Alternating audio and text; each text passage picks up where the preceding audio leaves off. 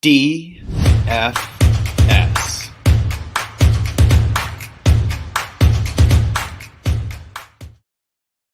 It is Friday, October 22nd here at Draft Shark Studios in Rochester, New York. Welcome to our Week 7 DraftKings podcast. I'm your host, Matt Schauf. With me again is Jared Smola, and this podcast is sponsored by our partners at Fanshare Sports. Fanshare curates hundreds of pieces of daily fantasy sports-related articles, tweets, and podcasts to create the most accurate ownership projections in the industry. Those projections can be found in the lineup generator on DraftSharks.com, and you can find up-to-date ownership info anytime at fansharesports.com. Jared, we've got the 6-team bye this week. We talked about it, of course, on our Week 7 preview pod on Thursday. It challenges your season-long lineup setting, but I feel like sometimes it can make these DFS decisions a little bit easier when we take some of the teams out. It at least pushes me to not be as cute in setting lineups and just say, all right, these are the guys that make sense. And not as many places to mess up on a week like that. There's only 10 games on the main slate. We have teams with massive implied totals, and then some teams with super low implied totals. So to me, there's almost only 15 or so teams we're really choosing from on this slate. Yeah, it became easier for me to pick out guys that I actually liked and guys that I felt like really weren't worth me talking about. We'll see if we agree on some of those guys or if any surprises pop up. So let's jump into quarterback. And for cash, what are you favoring on DK? So I think it's a week to pay up at quarterback in cash this week. All these elite quarterbacks are in excellent spots. Patrick Mahomes, actually $8,400, checks in as our top dollars per point value. I mean, he gets the Titans 32nd ranked defense and adjusted points allowed to quarterbacks. In making lineups, though, it is a little tough. It was tough for me, at least, to get Mahomes in and then feel good about the other spots. So I'm going down to Lamar Jackson, saving $1,000. He's just kind of my favorite floor ceiling combo for the price. His passing production way up this season. He's averaging a career high 281 passing yards per game. Just got Rashad Bateman added to the mix last week. So, Bateman, Marquise Brown, Mark Andrews, 3 nice weapons to work with now. We know the rushing floor is still there. He's actually had some massive rushing games against the Bengals in his career so far. So just feel good about Lamar in this spot, returning cash game value this week. Yeah, I certainly can't argue against the top shelf guys, and we'll see how comfy I get with them as I start building out lineups. I'm probably going to start out with Matt Ryan, though, at $5,700 because I feel fairly comfortable with him at this point. Calvin Ridley is back. His salary is down at $6,600, so it's a nice little stack for whether it's cash or a tournament lineup. Calvin Ridley's $1,300 short of where he started the year salary-wise, so much easier to fit than usual. And a plus matchup for both. The Dolphins sit mid-pack in allowing DK points to quarterbacks, 30th against wide receivers. So really a positive matchup for both players. And Matt Ryan, probably more importantly, has been solid this year. He started terribly against the Eagles with under 8 DraftKings points. Since then, he's been over 16.5 in all 4 of the games and top 22 DK points in 3 of the past 4 games. So, again, not the ceiling that the other quarterbacks have that we mentioned, but I feel pretty good about the floor that Matt Ryan brings and the salary savings that'll help me pay up elsewhere. Yeah, no arguments here. For the salary savings you're getting, Ryan should be okay. I like the young rushing quarterbacks in cash. Not the old pocket passers like Matt Ryan, but he should be fine for you. Tourney side, what do you like? I'm going to be attacking this Chiefs-Titans game in tournaments. It has the highest over-under of the week. And the Rams are in an excellent spot. The Cardinals are in a great spot. The Bucks have a big implied total. The Packers have a big implied total. To me, just this Chiefs-Titans game is the one where both sides could score a bunch and kind of keep the other side, pedal to the metal as well. So I like Patrick Mahomes, obviously. I like Ryan Tannehill on the other side as well. He's just in for some touchdowns, I think. Like Derrick Henry can't keep scoring all Tennessee's touchdowns, I don't think. 2/3 of the Titans' offensive touchdowns this season have been rushing. In general, like a league average is 2/3 of your touchdowns to come via passing. Even the Titans last year, 56% of their offensive touchdowns were passing scores. So again, I think eventually some of these Henry touchdowns are going to turn into Tannehill touchdowns. Hopefully it happens this week. Yeah, it's going to happen at some point. You never really know. But he's done a lot of those push-ups though, where he's on those two cords, just balancing with a chain around his neck. So that doesn't get factored in to the normal touchdown splits. So we'll see. Shooting for ceiling, I think you can't really argue against Patrick Mahomes. Lamar Jackson's in the mix. Kyler Murray's in the mix. Matthew Stafford, I think, is in the mix because even though I expect that game to be a blowout, it's going to be because the Rams score a bunch of points to turn it into a blowout. I think there's a chance that the Jalen Hurts, Dallas Goedert stack gets a little bit interesting, although it looks like Goddard's headed for higher ownership. I think that Aaron Rodgers and Devonte Adams are an interesting stack again this week, more so than last week. Last week, it was like let me throw in one Aaron Rodgers lineup. But this week, I think it gets more interesting because the matchup is better. Washington has allowed 5 straight quarterbacks to top 30 DK points. It's a pass funnel defense. It ranks 25th in points allowed to quarterbacks, 31st in points allowed to wide receivers. So, a ceiling matchup here for guys that we know we can trust as far as their play goes. I also think it looks interesting to run back maybe J.D. McKissick on the other side against Green Bay this week. It worked last week. He gave us, I believe it was 19 DK points. McKissick's only up $200 in salary this week, and he does have 3 games this season of 16.9 DK points or better. So we don't have to just go off of one game or guess at what he can do.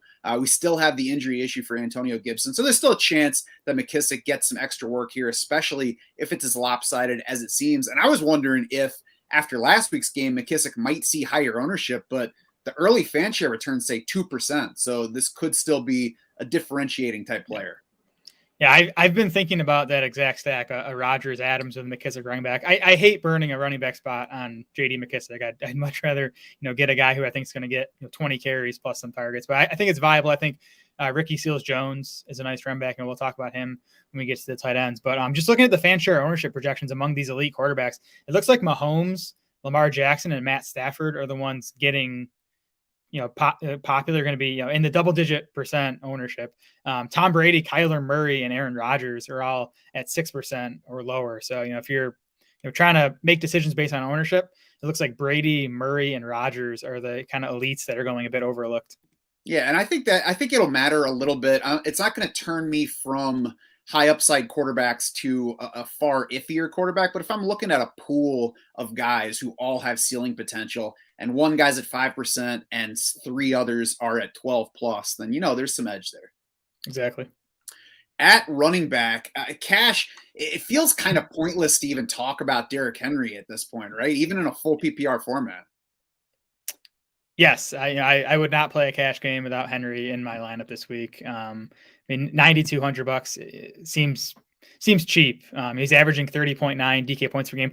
Our projections have Henry for 8.4 more DraftKings points than any other running back, which is just a massive gap. So I'm definitely playing Henry in cash. I'm definitely playing Darrell Henderson in cash at $6,600.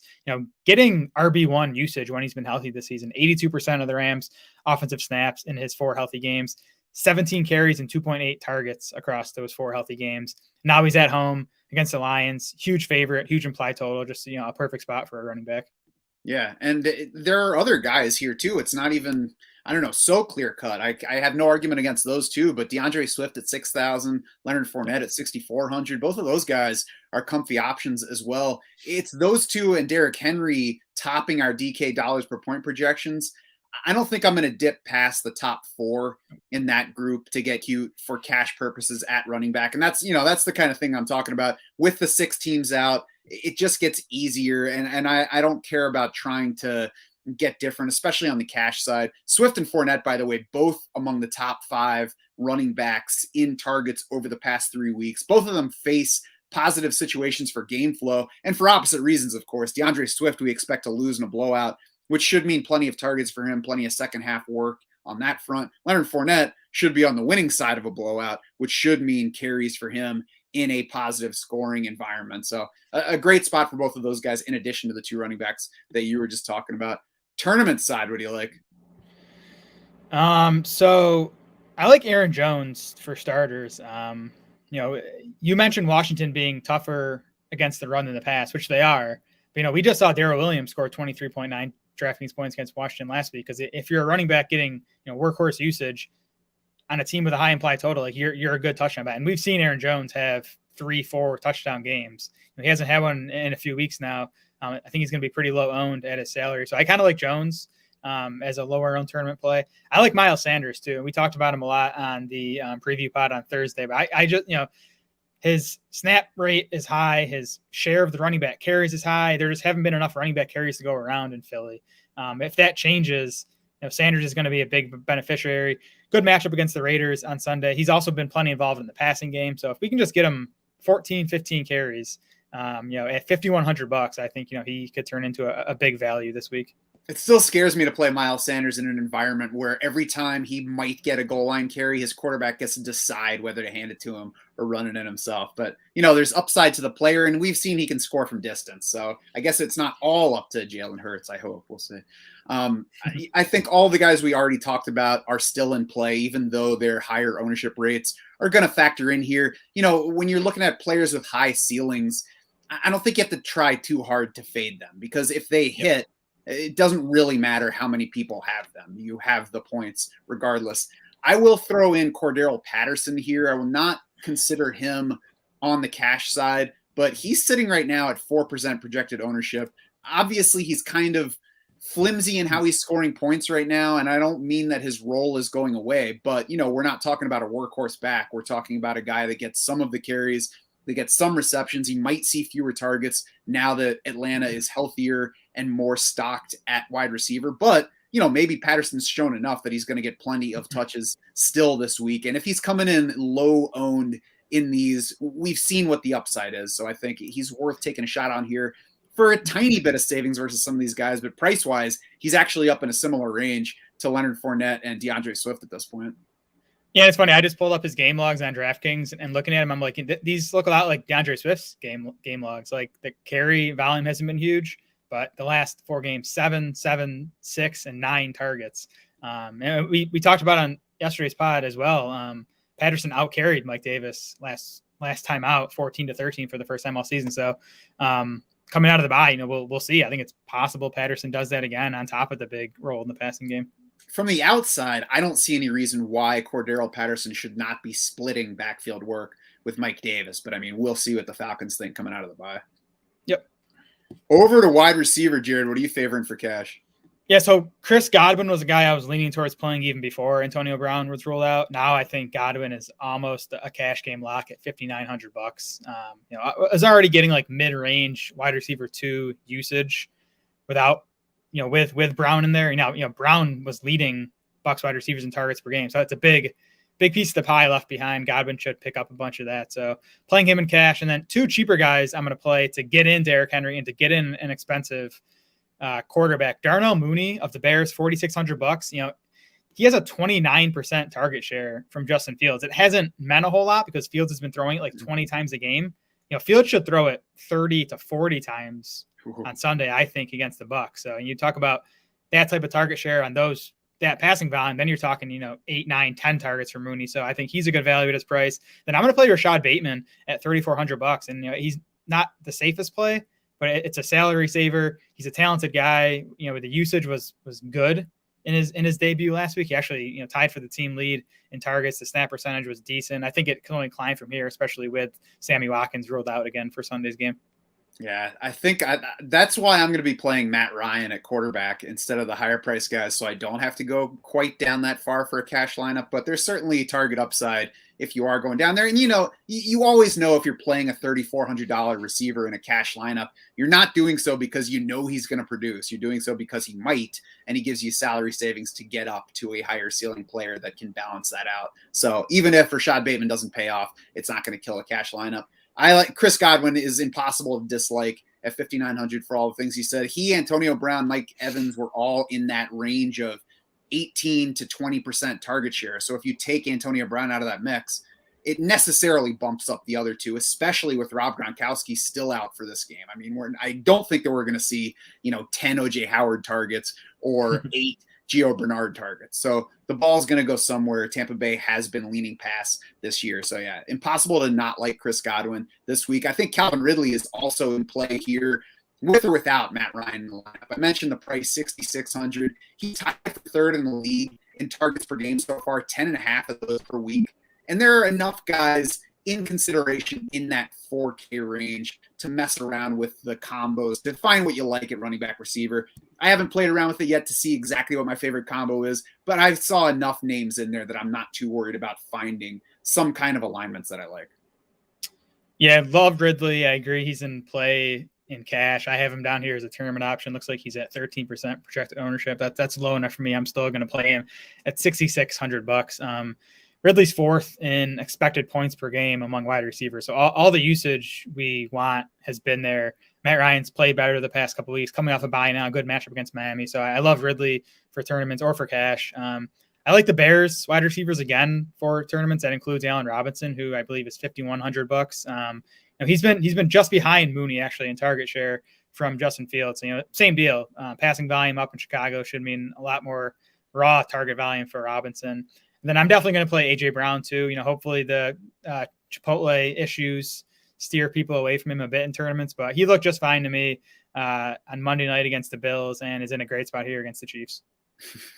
This is the longest bout of food poisoning I've heard of. So I guess I'm a little worried to eat Chipotle again after all this. Yeah, this is bad press for them. that they're trying to head this off however they can. They're about to sponsor AJ Brown the rest of the way, I think you talked about Calvin Ridley. I talked about Calvin Ridley. I think the Falcons-Dolphins game could just be a little sneaky for offensive upside overall. Yep. We're talking about two bad defenses with, not exciting offenses on either side, but some attractive players. We talked about Calvin Ridley, talked about Cordell Patterson. Jaylen Waddle's coming off a 2-touchdown game. There's still no Will Fuller there. Still questions about Devonte Parker and Preston Williams. Mckissick at tight end is going to end up being an option. There are just enough guys to kind of mess around with game stacking that one at not too expensive salaries. I think Devonte Smith is also kind of sneakily priced. We talked on the preview pod about how he's a boom bust option and, not necessarily all the way up to a boom, but at 5,400, we're not talking about a high ceiling guy. We're talking about somebody that if we get, 20 DK points out of him, it's a good day. The Raiders have gotten worse in pass defense over the past 3 weeks versus the first 3 weeks this year. And they did so despite facing the Bears and Broncos within that range. So it's not like they just started facing tougher teams. They've been playing without top corner Trayvon Mullen. He's on IR for at least one more game.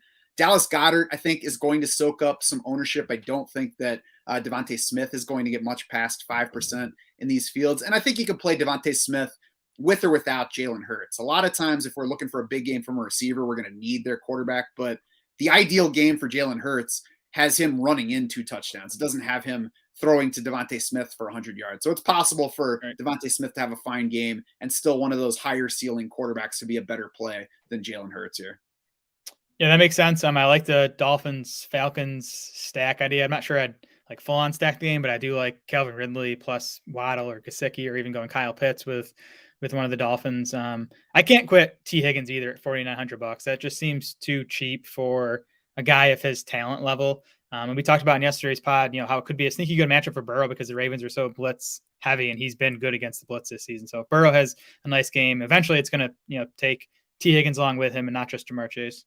Yeah, T. Higgins at 4,900 is definitely one of those guys that I was looking at as I can play with that. I can see what fits around that salary level. Tight end for cash. What are you playing? I'm going back to RSJ. He came through for us last week, 15.8 DraftKings points. His price is up $700 this week to $3,700, but he still checks in as the top dollars per point value at the position. The usage was exactly what it was the previous week. Elite tight end usage, 93% route rate. He saw 15% of Washington's targets. And Seals Jones gets the Packers on Sunday. They are 26th in Football Outsiders tight end coverage rankings and 29th in adjusted points allowed to tight ends. Yeah, 15 targets over the past 2 games, nearly 19% of the team's total pass attempts over that span. He's seeing elite level usage for a tight end. And even though the salary's up, Ricky Seals-Jones is still about $1,000 cheaper than Mike Gesicki, Dallas Goedert. And is he a worse bet for targets or production than either of those guys? I don't think so right now. So that's definitely my starting point.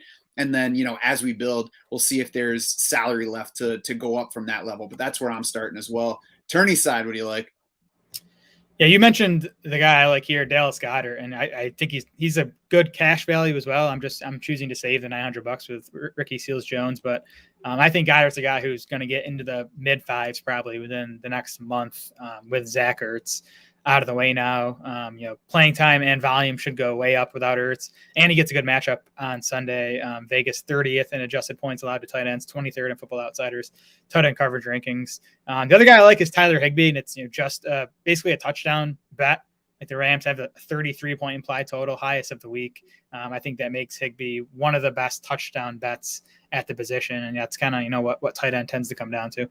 Yeah, I think people are ready for Dallas Goedert to rebound now. I went to try to trade for him this morning, and somebody had him in the starting lineup over TJ Hawkinson, so that owner might not be ready to forget about Dallas Goedert, following the Zach Ertz trade. I'll be curious to see what his ownership looks like Sunday morning because it's already projected at just over 10%. I'll be curious to see if that's going to rise. And that kind of makes both Tyler Higbee and Mike Gesicki interesting price pivots in the same area. They're both look like they're headed for single-digit ownership. And I think all those guys are in position where they could get the ball plenty. Our pal Dwayne McFarland tweeted something earlier today about Tyler Higbee being in better shape in terms of route rate than the targets would tell you. And, you mentioned the touchdown upside.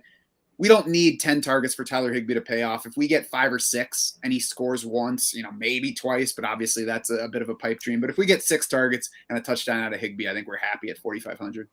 And this just feels like a game too where the Rams can get anyone they want to get touchdowns. So, like Cooper Kupp's been getting everything. Maybe they're like, let's get Robert Woods and Tyler Higbee going in this one.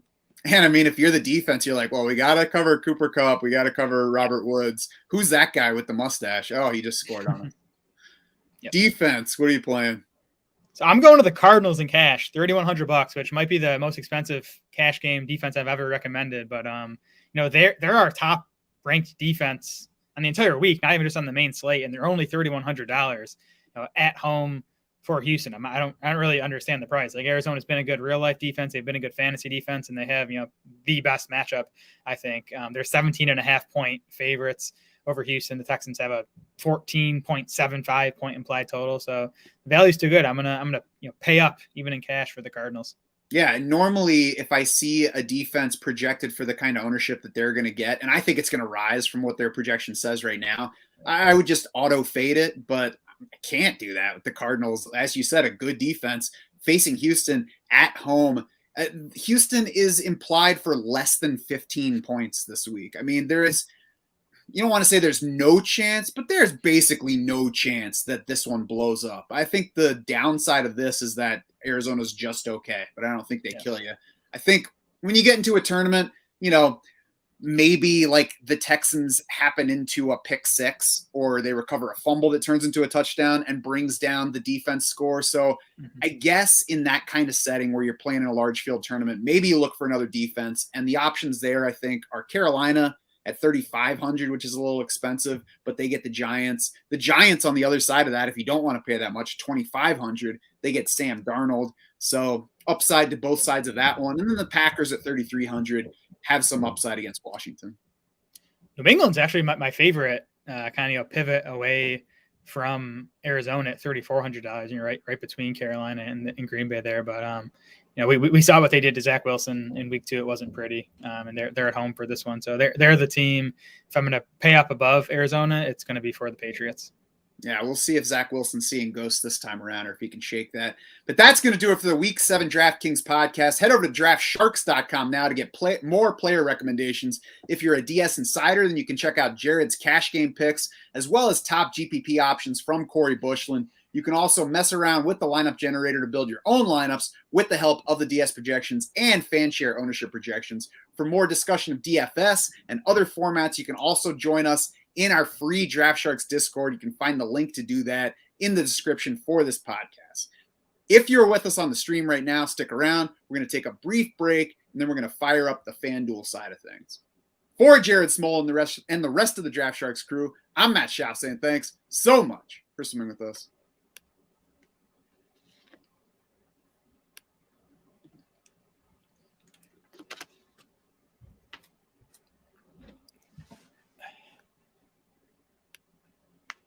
It is Friday, October 22nd here in Draft Shark Studios in Rochester, New York. Welcome to our Week 7 FanDuel podcast. I'm your host, Matt Schauf. With me, as always, is Jared Smola. And this podcast is sponsored by our partners at Fanshare Sports.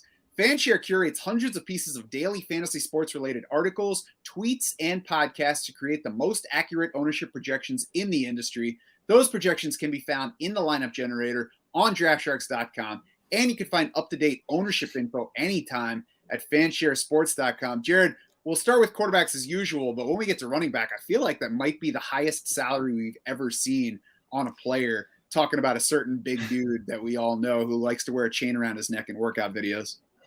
Yeah, I don't know if McCaffrey was ever $1,100. I'm sure someone has an answer, but cash game quarterback on FanDuel, I like Patrick Mahomes. Always easier to pay up at quarterback on FanDuel. $8,800 for Mahomes, but he still comes in as our best dollars per point value at quarterback. The Chiefs have a 31-point implied total against Tennessee. The Titans are dead last in adjusted points allowed to quarterbacks. So you have fantasy's top quarterback against the worst quarterback against the worst defense against fantasy quarterbacks. So I'm gonna play Mahomes and feel pretty good about it. Yeah, it's a pretty safe bet. And the early setting sun here in the East is kind of turning my video here into making it look like I'm in a confessional or something. I'm not sure whether to do the blinds or just be spooky with my selection. So I can't argue with Patrick Mahomes. Lamar Jackson, Kyler Murray are also up there. All three of those guys are in the $8,400 to $8,800 range in FanDuel salary. And I feel better about paying up to that range in cash on FanDuel. Jalen Hurts is too close, I think, at $8,300 to be in the mix here because I don't think that he's as trustworthy, despite what the fantasy numbers say so far, as those other guys, especially then with Matthew Stafford, a fairly safe option, $8,100, Tom Brady at $8K, Aaron Rodgers at $7,900. So, I mean, if you get into the lineup build and you really do just need those few hundred extra dollars in salary, there are tiny steps to get down here to what you need or feel like you need to fit in your lineup. I don't think that I'll need to go all the way down to Matt Ryan, who's only $600 cheaper than Aaron Rodgers on FanDuel. Yeah, that makes sense on FanDuel. Again, I think the expensive quarterbacks are better values on FanDuel. On the tournament side, I'm going to play Mahomes there as well. The Chiefs D is just so bad that it almost guarantees that Mahomes is going to have to keep throwing all game long. So that's always nice. I like Matt Stafford on FanDuel here. I know he's projected for like 11% ownership, but he's priced closer to the top end here than he is on DraftKings. So I wonder if he'll be a bit lower owned here on FanDuel. If you look at EPA, expected points added, the Rams-Lions game as far as passing offense versus passing defense goes is even a bigger mismatch than Chiefs-Titans. So could definitely be a big Stafford game. And then I'm going to play the other side of that Chiefs game too with Ryan Tannehill and just hope he gets some of the touchdowns and Derrick Henry stops hogging them all. Yeah, all those guys in play. Aaron Rodgers, though, like I mentioned on the DraftKings side, I think the Aaron Rodgers, Devonte Adams stack is definitely intriguing here. And he doesn't present the salary savings that he does versus the top quarterbacks on DK. But I think it's still going to be a big difference in ownership when we get into these larger field tournaments. Aaron Rodgers is currently sitting at 4.5%, despite playing one of the worst pass defenses in the league and a defense that's been a pass funnel matchup so far. So I think not only are Aaron Rodgers and Devonte Adams intriguing, but you've got multiple run back options on the Washington side. Terry McLaurin's there. Ricky Seals-Jones is there. I'm less interested in the J.D. Mckissick angle on FanDuel than I am on DraftKings, but I'm more interested in the possibility of throwing Antonio Gibson into one of these lineups. So we've got the shin issue that makes him shaky in general, but if he stays in for the whole game, as we saw just a couple weeks ago when they were playing the Saints, he doesn't even have to have a good game and can happen into 2 touchdowns if they're able to. The Packers are 30th in run defense DVOA. So if Antonio Gibson's feeling okay, it's the kind of matchup where he could get a little production because of the defense being soft. He's sitting at 4% projected ownership. I doubt that that's going to climb a whole lot with the injury question, with him playing a season low snap share last week. And Antonio Gibson's a better TD bet than J.D. Mckissick. So, I mean, that's what makes him interesting here. Yeah, I mean, he's a tournament play. I would obviously not play him in cash. I wouldn't even want to be playing him in season long this week, but in tournaments, that's the spot to use him. The Packers stuff is interesting. Like, I think in a lot of weeks, Green Bay at home for Washington, they'd all be super popular, but there's just so many offenses in great spots this week that it looks like Green Bay is going a bit overlooked. So now we get to running back for real and for cash. It's Derrick Henry at $11,000. And you said that before, but I don't think I remember Christian McCaffrey getting past 10-5. Yeah, that's definitely possible. You can obviously make Henry work. You got to sacrifice at like two other spots. You have to go like cheap to get Henry to work. I'm probably not going to play him in FanDuel cash. And it's partly because of the price. It's also partly because I think there are at least 3 other really strong options at running back. Darrell Henderson for $8,000, home for the Lions, 16-point favorite. The Rams are 33-point implied total. Everything you can want as far as a spot goes for a running back. The Lions are dead last in adjusted points allowed to running backs. And Henderson has been getting excellent usage when he's been healthy this season. 17 carries and 2.8 targets across his 4 healthy games. So like Darrell Henderson, I think Leonard Fournette is a nice value at $7,000. He's 12th among running backs in half PPR points. He's 5th in expected fantasy points on the season. He's just getting really nice usage on what's one of the best offenses in the NFL. Fournette's Bucks are 13-point home favorites with a 30-point implied total, so it's a nice spot for him. And then the third running back I like is Daryl Williams. He's $6,700 on FanDuel here. He got strong usage last week in the first game without Clyde Edwards-Helaire. 72% of the snaps for Williams, 21 of the 24 running back carries, 4 targets. He finished 6th among running backs in FanDuel points last week, and he was 4th in expected fantasy points. So I actually think he's a value at $6,700. I'm going to play those 3 running backs and, hope Derrick Henry doesn't go for 30.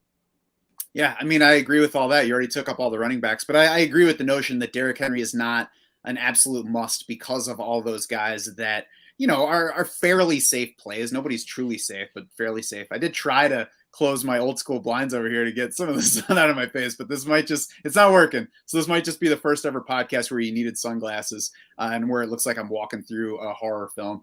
I'm going to carry it over to the tourney side since you took all the cash running backs. And I'm going to say, obviously all those guys are in play regardless of their ownership level, but James Conner is kind of a lower owned play who could factor in here. $6,500 for him. Chase Edmonds is healthier, and I'll let you kind of touch on that because you did the shark bite on him just as we were starting this recording. But this game is going to be lopsided, almost definitely in Arizona's favor. So even if Chase Edmonds is healthier, I'm going to guess that he's not all the way back to 100%. We saw last week where Arizona benched Chase Edmonds in the second half to rest that shoulder in a lopsided win over Cleveland. James Conner for the year has seen 57% of his rushes in the second halves of games. Houston has the 29th run defense in Football Outsiders DVOA. The Cardinals have the second highest implied total of the week. They're the heaviest favorite on the slate. So it all lines up for plenty of running, and James Conner should be heavily involved in that. We've already seen a couple of 2-touchdown games from him, so we know it's possible. Obviously not a safe bet, which is why tournament only, but I think there's some upside to James Conner. Yeah, I agree. So Edmonds was a full practice on Friday and is not on the final injury report. He had been limited in practice and listed as questionable the past 2 weeks and was, obviously limited in both of those games. So there's a chance he's back in the role he played in weeks 1 through 3 on Sunday. But even then, I still like Conner as a tournament play for all the reasons you mentioned. There should be plenty of carry volume to go around in that game. The Cardinals have a 32.25 point implied total. We know Conner's the goal line back, so plenty of touchdown upside, even if Edmonds is back to his full workload. You like anybody else there?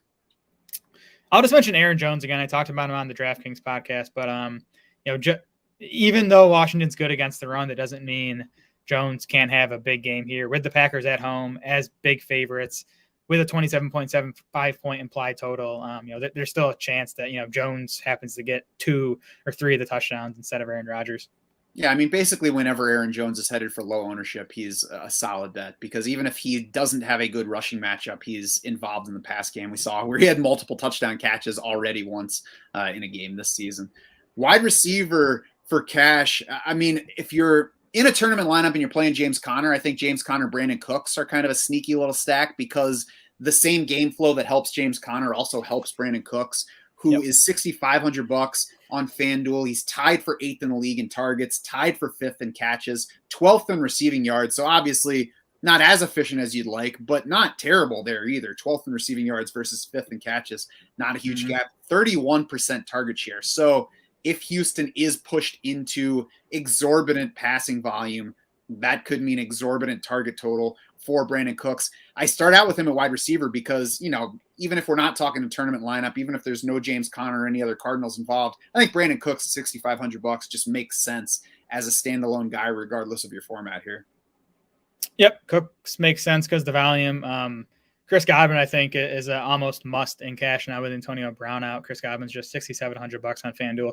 Devonte Adams still pops as the top dollars per point value, even at $9,000. So I'd rather spend the $9,000 on Devonte Adams than the $11,000 on Derrick Henry this week. We need a cheap guy or two. I like Allen Robinson, $5,800 on FanDuel. I mean, I know he's been super disappointing this year. There's PFF grades and tape that is kind of showing I don't know, he's either not in it or he's lost his step. He hasn't played that well so far this season, but he's still seeing a big share of Bears targets. 25% of Bears targets in Justin Fields starts. That's only equated to like 5 targets per game because Fields hasn't been throwing it more than 20 times in these games. I think he's going to throw it 35, 40 times in this game. That should mean like 8 to 10 targets for Allen Robinson. So I think and that volume alone at $5,800 for cash makes him a value.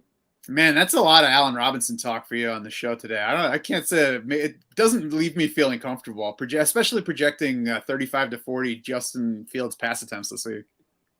I mean, do you think he's not getting there? Like, they're not going to be able to run on Tampa. They're going to be down by 20 at halftime. I don't know. I mean, we'll see. This is the matchup we've talked about before where teams are just starting out throwing on Tampa because they know they're not going to be able to run the ball. This is also Chicago that ever since, the summer, they've been making decisions where we're like, what are these guys doing exactly? So I don't know. I don't know what to expect. I don't know if they're just not going to have the ball at all because they won't be able to move it against Tampa, or if, maybe we do get 35, 40 pass attempts. And I don't even know what a 35 to 40 attempt game looks like in Justin Fields. So honestly, I hope it goes the way that you're saying it does, but we'll see. It'll be interesting. It will be interesting. We can say that. On the tourney side, I'm curious to see whether Mike Evans' ownership projection really comes in at a third or less of what Chris Godwin's is by Sunday morning, because that's where it sits right now. And if it does, I mean, Mike Evans is going to be a must play in tournament lineups because their target outlooks should be similar. And Mike Evans, as the further downfield guy, as the attractive end zone target, is the more efficient scorer, in terms of building up the yardage and the touchdowns, if they're both getting similar targets. I can't imagine not using Mike Evans if he comes in at single digits. Yeah, and he's always, he's the guy kind of designed for FanDuel where we care more about the touchdowns versus DraftKings, where we like the catches for Chris Godwin. But I mean, Antonio Brown missed that week 3 game against the Rams. 10 targets for Mike Evans in that game, 7 for Chris Godwin. It could easily be flipped on Sunday. But I mean, Evans benefits just as much from Brown being out as Godwin does. Who else do you like on the tourney side? We talked about Calvin Ridley. We talked about him a lot on the DraftKings podcast, but I like him here as well at $7,300. He was 5th among all wide receivers and targets through 4 weeks before he missed week 5. Then Atlanta went on bye. He was 7th among wide receivers in air yards over the first 4 weeks. So he's been getting elite usage. I think the fantasy points are going to start to come, especially in this matchup against Miami. Then AJ Brown is the guy I'm going to be playing, with Tannehill or on the opposite side of my Mahomes stacks. It looks like Julio Jones is going to play, I guess, but I don't trust him to be a full go or make it through the game healthy. I think, AJ Brown should be the best target bet in Tennessee. Yeah, I like running Darnell Mooney back at $5,900 on the other side of Mike Evans. In this side, I don't feel good about either Bears receiver in a cash lineup. I do like the idea of stacking Packers and Washington players, as I already mentioned. Falcons and Dolphins, I think, also look like a sneakier stack here as well as on DK. And, we're talking about pass catchers, especially on both sides. Chiefs, Titans, it seems like it's going to be the more obvious stack that has lots of players being used in these tournament lineups. Mecole Hardman, though, I think stands out as a potential standalone player at $5,400 for some salary savings and some upside. Tyreek Hill is questionable again with his quad issue. I think, we expect him to play after he played last week and got in some practice this week. But Tyreek Hill did play less than usual last week, and any time that he's off the field can only add upside to Hardman. Yep, I like the Hardman call. What do you like for cash at tight end? So Kyle Pitts comes in as the top dollars per point value. He's $6,100 here on FanDuel. But man, Darren Waller sticks out to me. You're only $700 more than Kyle Pitts. And Waller's been mostly disappointing, like relatively disappointing since his huge week one. He still has 7+ targets in 4 of his last 5 games. He has 4+ catches in all 5 of those games. I just think he's going to have another massive game soon. Even if he doesn't, again, he's not killing you with any of these performances. And $6,800 feels like a good price for Waller. Yeah, I agree. I have him down as well. I've been kind of surprised to see some talk of him being buy low option this week or whatever side of it that you're on. Yeah. Every time I've seen it mentioned, though, it's people saying don't be the one who sells Darren Waller right now because it's a buy low opportunity. So I don't know how many people are actually worried about Darren Waller and looking to sell him off right now. So DFS purposes, the price is down from where it would be if he were hitting his ceiling more often, and he really hasn't done that since week 1, but it's quite possible any of these weeks. He just needs to get the targets, and that could certainly come at any point. I do think Ricky Seals-Jones a little bit less in focus here than he is on DraftKings, but at $5,400, he's still cheaper than, Kyle Pitts, Dallas Goedert, guys up in that range. So he could certainly be a guy that fits in the lineups. Tourney side, what are you favoring? Yeah, I like Dallas Goedert for tournaments, $5,900 here. He's actually our second best dollars per point value at tight end, and his ownership's coming in at 11% right now, which isn't low, but it's not high enough to scare me away in tournaments. I just think we're finally gonna get full-time Goedert. I shouldn't say finally, because we saw it last year. Zach Ertz missed 4 games last year that Goedert played in. He averaged 5.8 targets, 4.3 catches, 50 yards, and half a touchdown per game in those 4 games. I just think he's going to be a full-time player now. Finally, still believe in the talent. Hopefully, Jalen Hurts can get him the football. I like that Dallas Goedert's going to take some ownership away from Tyler Higbee, though, at a little bit cheaper, $400 cheaper in salary. Separation not only from Dallas Goedert, but also from the 6K guys, Kyle Pitts, Mike Gesicki, TJ Hawkinson. I think all of those guys are certainly in the mix. I'm not saying fade any of them, but Tyler Higbee could be the sneakier one and offer a little bit of salary flexibility versus those other players. And, we talked about him not being the best target bet in the world, but that matters less over here where we're getting half point per reception. He's certainly at least as good a touchdown bet as any of those other tight ends. Yep, and Football Outsiders has the Lions dead last in tight end coverage, so it's a good individual matchup for Higbee. Yeah, that's what we like to see. Defense, who are you favoring? The Bucs stand out to me here on FanDuel, $4,400. And they're not a great real life defense, but fantasy wise, they're tied for 3rd among main slate defenses in FanDuel points per game. They're big home favorites against Justin Fields and the Bears. I've talked up a lot of these Bears wide receivers, but Fields has struggled versus the blitz this season, and the Bucs are the blitz heaviest defense in the NFL. So there should be a lot of sacks and some turnover potential, take away potential for the Bucs D here.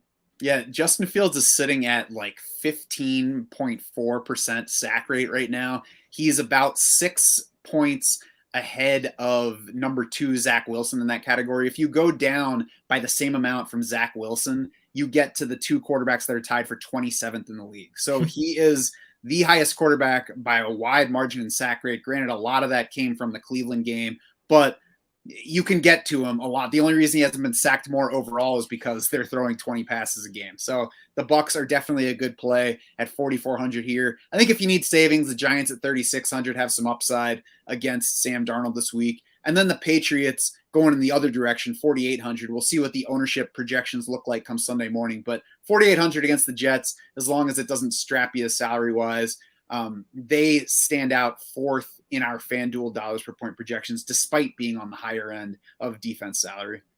Yeah, I do think this is a week to try to pay up at defense, especially in tournaments, because you have the Bucs are in a great spot, the Pats are in a great spot, Arizona's in a great spot at home for Houston, the Rams are in a great spot at home for Detroit. I think Green Bay is a decent play home for Washington. So I would try to get up to one of those 6 defenses in tournaments.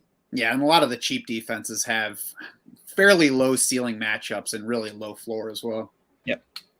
That's going to do it for this Week 7 FanDuel podcast. Head over to DraftSharks.com now to get more player recommendations. Kevin English has your cash game picks there as well. Corey Bushlin has your top GPP options. And then you can play with the lineup generator to build your own lineups with the help of the DS projections and FanShare ownership projections. For more discussion of DFS and other formats, you can also join the free DraftSharks Discord. Find the link to do that in the description for this podcast, wherever you are consuming it. For Jared Smoll and the rest of the Draft Sharks crew, I'm Matt Schauf saying thanks so much for swimming with us.